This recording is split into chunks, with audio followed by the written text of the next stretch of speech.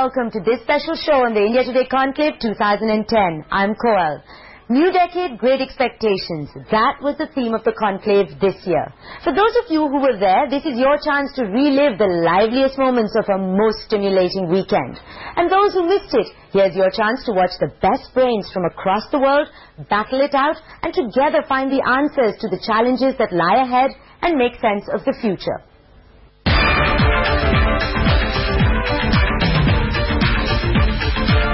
The best minds in the country came together at the 9th India Today Conclave.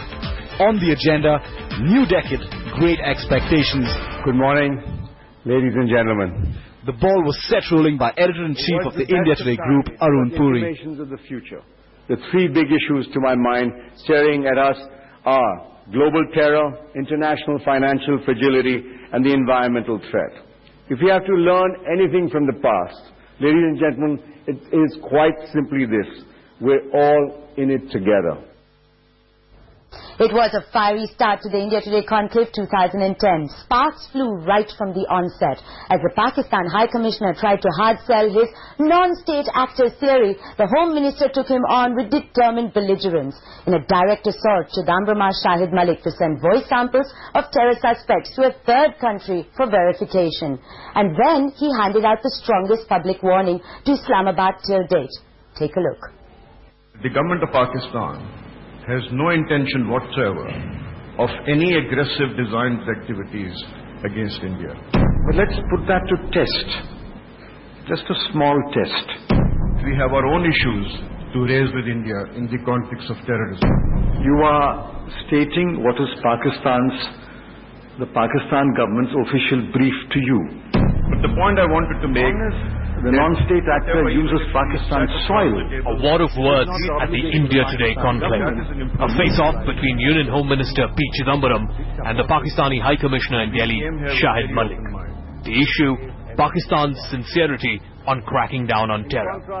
The Pak High Commissioner lands the first blow. This argument that I have heard repeatedly about state and non-state actors, I think it's time that we got to the bottom of that and feel strongly in Pakistan that certainly there are no state actors who are involved in any acts which would be detrimental to India. A contentious claim, given the body of evidence given by India to the Pakistani government on the 26/11 attacks. The Union Home Minister gave it back, measure for measure. I know that you mean what you say. Certainly I know that you wish to mean what you say. But let's put that to test. You know, I know, and certainly our common friend, the US, knows that we have voice transcripts of conversations between the handlers and the attackers in 26/11. We want to know whose voice is that? Who was that handler? The articulate Home Minister, in fact, went a step further. I'd like to believe that there is a distinction between state and non-state actors. For the sake of argument, let me accept that. Is it not then the obligation of the state of Pakistan to control and eliminate the non-state actors who are fomenting terrorism? Interestingly, the Home Minister all but skipped Pakistan during his keynote address at the India Today Conclave. And he had a very interesting reason for it. You missed out the 200-pound gorilla sitting in the room, which is Pakistan. Very little mention of that. I deliberately avoided mention of Pakistan because that would require a special session.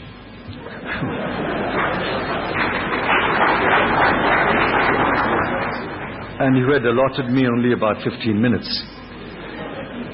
And to round off what was a session full of fireworks, this was Chidambaram's parting shot. What would be our response if there was another 26/11, God forbid? If we are able to establish with a reasonable degree of certainty that another attack on India emanated from Pakistani soil, then we will respond swiftly and decisively. Listen.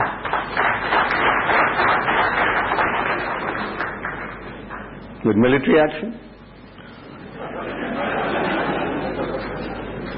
I can only say we will respond swiftly and decisively. You can comment on that after we respond swiftly and decisively. A miffed Pakistani High Commissioner was left short of answers when we caught up with him soon after Chidambaram's address. No, I'm not. Sorry. बाद में आऊँगा तो फिर बात करेंगे. Ooh, the fireworks of the session were palpable. It took the dream pair of James Cameron and our very own Amir Khan to match the Chidambaram-Malik spark. When Cameron met Khan, that would be an apt title for this one. Cameron, the legendary filmmaker, came to India for the very first time exclusively for the India Today Conclave. And we got him to exchange ideas about the future of cinema with our own pathbreaker, Amir Khan. For me, it doesn't get better or bigger than this.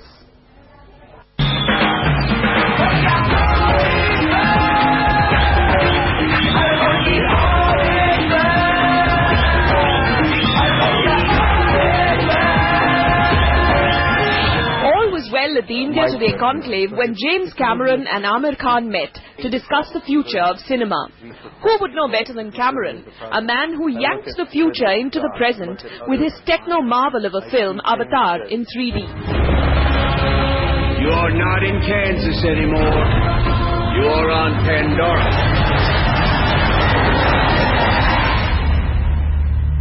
Cameron took the audience through his journey with Avatar, a story he wrote long before he had the technology to start making the film.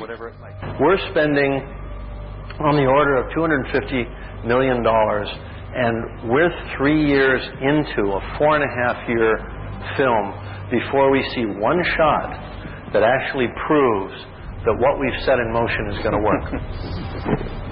And when we finally got that shot, and it was a close-up of our girl, Neytiri, and she's looking at Jake, and if anybody's seen the movie, she's about to shoot him with her bow, and she decides not to. And you see that decision play out in her eyes. She was alive. In the chat that followed between Khan and Cameron, it was evident that they share more than just a fascination for films. You make films for yourself, what you would like, and you don't have an audience in mind.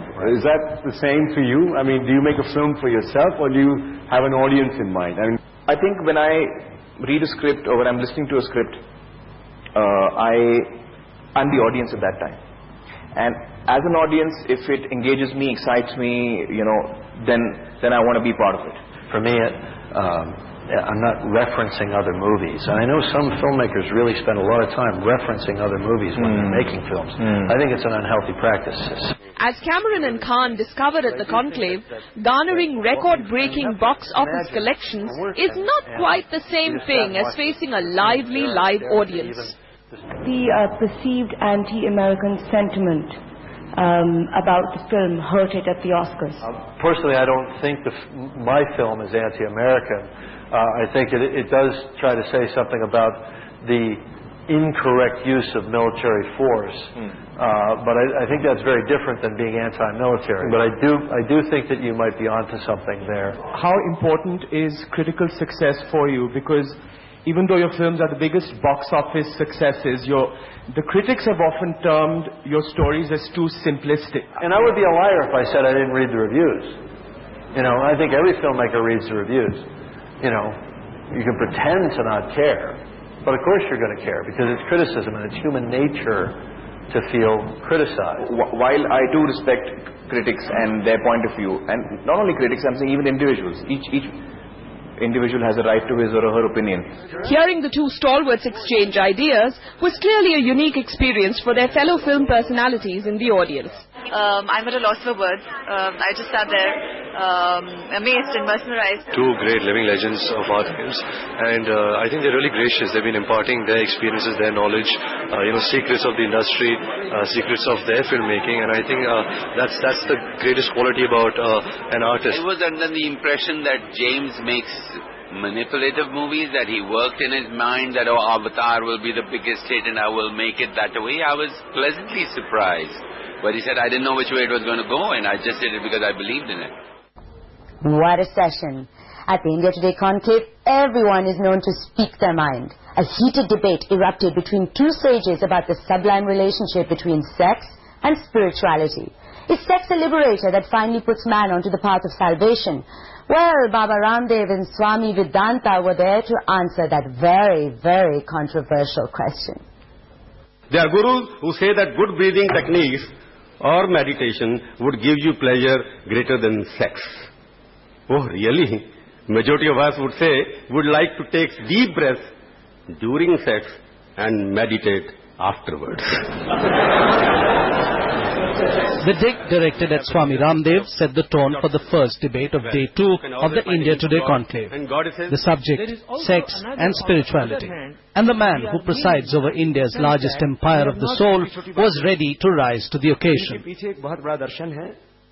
काम में ज्ञान और ईमानदारी, सच्चाई, दो को जोड़ना पड़ेगा. काम में यदि ज्ञान नहीं होगा, यदि उसमें ईमानदारी नहीं होगी, तो दुराचार होगा, व्यभिचार होगा, HIV होगा. Joining issue with Ramdev was author and philosopher Swami Satyavedanta, initiated into sannyas by none other than the Osho himself. The same sannyasi who preached that libido is even more vital than electricity. विवाहोत्तर अगर कहीं किसी के साथ संबंध हो जाए तो ये दो व्यक्तियों की स्वतंत्रता का सवाल है. People will become more perverted if they are not given enough opportunity to be themselves. Ramdev, of course, could not let that pass. Free sex होता क्या? जिस दिन ये धरती अपनी परिधि से हट जाएगी, एक नियंत्रण से, मर्यादा से हट जाएगी, उस दिन प्रलय हो जाएगा. I agree with you, sir, that there are certain limitations that the society has to follow, which is perfectly fine. But again, the individual freedom and the individual choice should be, in my humble opinion, considered as paramount. स्वतंत्र कोई भी वस्तु नहीं है दुनिया की, हमें समझना होगा. आप साइंस के कितने डीप में चले जाइए, कोई भी वस्तु दुनिया की अपने आप में उसका अस्तित्व नहीं है. हर चीज दूसरे के ऊपर डिपेंडेंट है. Which brings us to another question. But how do you believe holy men at a time when some are now running prostitution rackets? तो बाबा सारे पकड़ेगा, आपके जैसे कपड़े पीले पहनते. आपको मैं पहना देता हूँ. No, मैं नहीं पहनना चाहता. मैं ये एकदम कोई बाबा हो गया. मैं बाबा नहीं हूँ. कपड़े से देखो, ये कपड़ा उसका एक सिंबल है. संन्यास हमारे जीवन से, आचरण से तय होता है. उसका वस्त्र मात्र एक प्रतीक. तो वो तो बहुरूपीय है.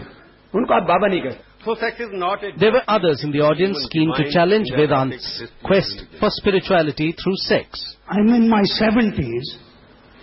So आप कह रहे हैं कि sex and spirituality are synonymous. Now as my energy is dimming with age, does that mean my spirituality will disappear? It has nothing to do with the age. आप 50 साल की उम्र में, 25 साल की उम्र में, 75 साल, मैंने देखा है लोग 90 साल की उम्र में भी कर सकते हैं. इसका कोई कारण नहीं, तो सब भौतिक चीजें हैं. सवाल यह है कि क्या मैं उसके बाहर निकल पाता हूं कि नहीं निकल पाता, क्योंकि उसके बाहर भोग त्याग के लिए होना चाहिए. और उस बाहर के निकलने में जो ऊर्जा है उसका बहुत अच्छी तरह से फिर उपयोग हो जाता है, और ये फंडामेंटल है.